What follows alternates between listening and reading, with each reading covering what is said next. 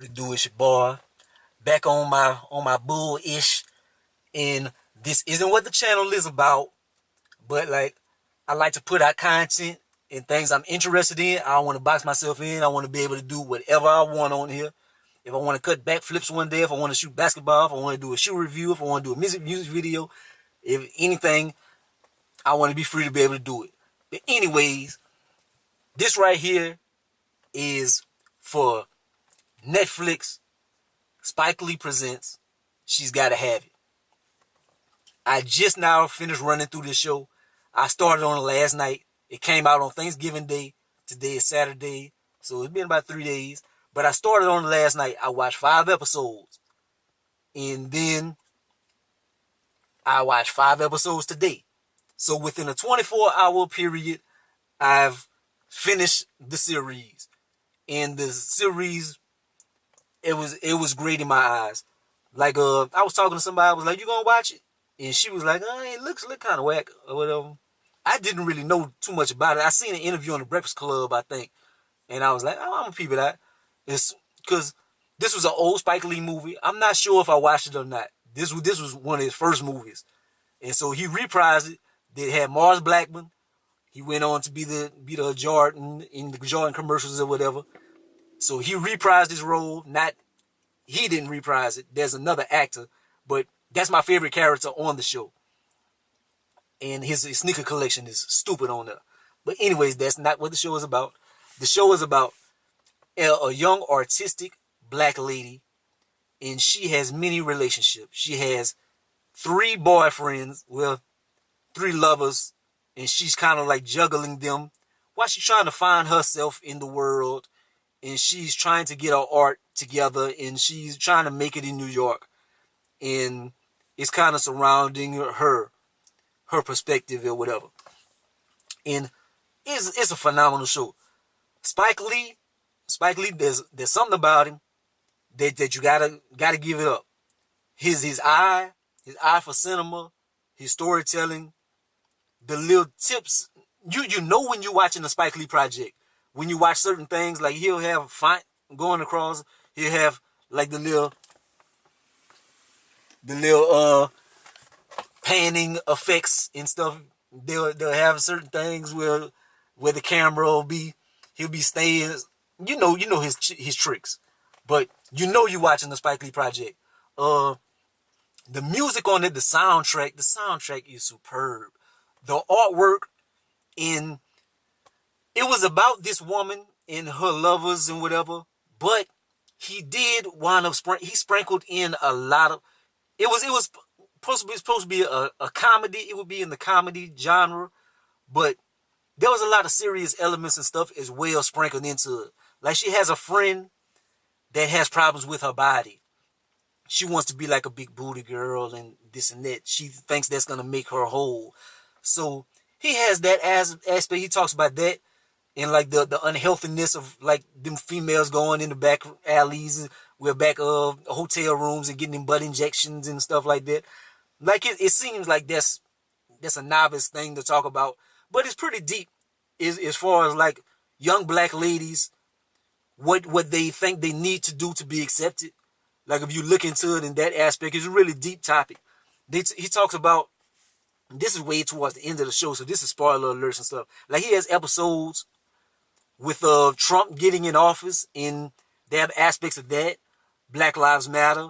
They have a lot of little tidbits and stuff culturally that they show in the show that makes it very worth watching. Now her problem, she doesn't want to be. It's kind of like 500 Days of Summer. You know, Summer. She didn't want to be nothing to anybody, like she did Joseph Gordon-Levitt wrong. But that's another movie. But she's kind of like that. She doesn't want to be anybody's possession, and this and that. She wants total control, and she doesn't want to be looked at as a freak or a sex addict. She has some elements of that in her character, but more so, I would say she was selfish. That's what I would say. I would say she was very selfish. But she, with her different lovers, she found different things in them. Like Mars Blackman, his character on there, that's my favorite character on there. I think He reminds me of kind of myself. Like I'm not that funny in certain aspects. I'm more funny like that with my homeboys than with female, but he reminds me of myself in that he young. Well, I'm not young, but he's skinny. The skinny dude. He love his shoes. He like to clown around. So I kind of see myself in him more than the other dudes. The other dude, he big old pretty boy motherfucker. He corny as hell, but all the women love him. Like she fucks with him. Like he a lame, but he's the eye candy. And they have the old sugar daddy on there. Like he's married and stuff, but she messes with him as well, and they have a bond. But he kind of takes care of her to a certain extent, so he's her security or whatever. So I'm not nobody's security, so I can't relate to him. Fat Joe has a cameo on there. Spike shows himself for one little second on the show, but it's better than I thought it would have been. In the one thing I like about it, because a lot of Netflix shows and stuff, like especially like the Marvel stuff, like I did talk about the Punisher, like that hour long for episode after episode after episode, like it's kind of taxing when you want to binge and stuff. Like this right here, every episode is like about 34 minutes, 34, 35 minutes. So you can kind of run through it in a good, decent amount of time without you feeling like, damn, I've been here forever. So it's a good series for you to just binge out on. I like that they told a story in a timely manner and stuff like that. They didn't have to make it super long and whatever. But it was a real good show. The cinematography, the way it looked, the storytelling, the certain realistic aspects of it. It was deeper than it seemed.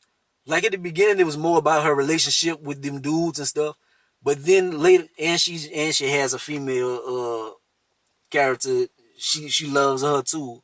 Well, I don't know if she loves any of them, but she has a lesbian role in there too. If you a young person, try to watch on your own time or something. It's for adults. Like people will think you watching porn because they have a lot of sex scenes, a little over amount of sex scenes, but it's great. Never trust a beautiful chocolate sister with like brown eyes. Like she's a beautiful girl on the series. Like the lead actress Nora Darling, she's beautiful, but she had the nigga wrapped around her finger and stuff. Like she did him pretty dirty. Like, and if they just popped up on her, she was like, "What the fuck you doing around here?" Like she talked to them niggas crazy, man. Like I couldn't have dealt with her, but she's beautiful. But yeah, don't trust a pretty chocolate sister with a beautiful smile and light brown eyes. But I would suggest you watch it, especially to support black cinema and stuff like that. You check it out, to probably get another season. If ain't nobody watching to get no views, they'll cancel it. They had the breakdown. People was like, why they cancel the breakdown? Because people didn't watch it and it was expensive. But I would say check it out. What would I give the rating of it? I don't want to put it down, but I don't want to keep giving things super high ratings, because if I keep giving things super high ratings, then it's gonna seem like, damn, you just love everything. No, I just like to talk about what I like. Like I'm not gonna make a big long review over something that I hate, but I would say I don't want to give it no number. Close to 9 out of 10 for certain aspects. Like she does. If you like single bachelor or whatever, and you have problems with women, you got your walls up. Like if you after watching this, you're gonna really have your walls up. You ain't gonna be trusting women and stuff like that. But it was good. But yeah, I said it a lot. I would suggest you watch it, and it won't take all of your time. It won't take all of your time. All overall, like most of things, like Daredevil or something like that, is like 13 hours. Like this right here is. Let me try to do my calculations. Like 10. About 5, a little more than 5 hours. So you can kind of run through it. And I made my video. I forgot that I didn't watch the last episode. I was so eager to make the video. I had an episode missing. And the thing about it, I'm glad I did that because, spoiler alert, this last episode is crazy. It's Thanksgiving. So the show comes out on Thanksgiving. It's Thanksgiving Day. Spoiler alert. All three of the guys finally meet each other. She invites them over for Thanksgiving dinner. Fellas, what the hell would you do if your girl, fine as she is, invites you over with her other dudes? Like, so she wants them to all chill together, all have Thanksgiving dinner together and shit. Like, that's the craziest shit ever. Didn't they have like a weird, it kind of goes Chirac. If you've seen Chirac, it kind of goes Chirac. It has a weird like dance scene, but it's paying homage to Prince. Like the episode is paying homage to Prince on there because Prince passed away. Rest in peace to the brother. But yeah, it's a weird last episode. It's a good episode, but it's weird. Weird. They have a dance montage together. They all are together, and it's like she owning the fuck out of her sexuality. Like, this what I'm doing. Look, you gonna respect. Fellas, what would you do? I couldn't do it. Man, get me the fuck up out of here. I could not do it. Then the crazy thing is, hopefully you watch this. Hopefully you watch the show already. But spoiler alert.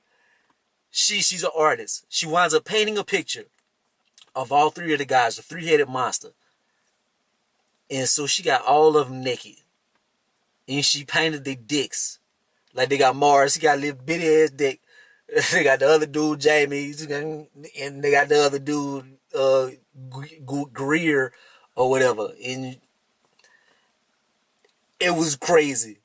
And like the craziest thing is she put Mars with a little bitty old thing. And that nigga, like, he was the happiest one. He was out. He was dancing to the Prince and shit. I would have been like, you dirty bitch. But that shit was crazy. Crazy. It's still a good show, man. It's still a good show. But she kind of winds up, I think she likes the woman more than all the dudes. So, go figure. Brothers, we took another L on this one. Yeah, all that, the brothers, they piping her down and doing this and taking care of her, blah, blah, blah, blah, blah, blah. They can't beat the women. Well, fuck with your boy. Like, comment, subscribe. Gonna be the greatest of the most hated. Peace out.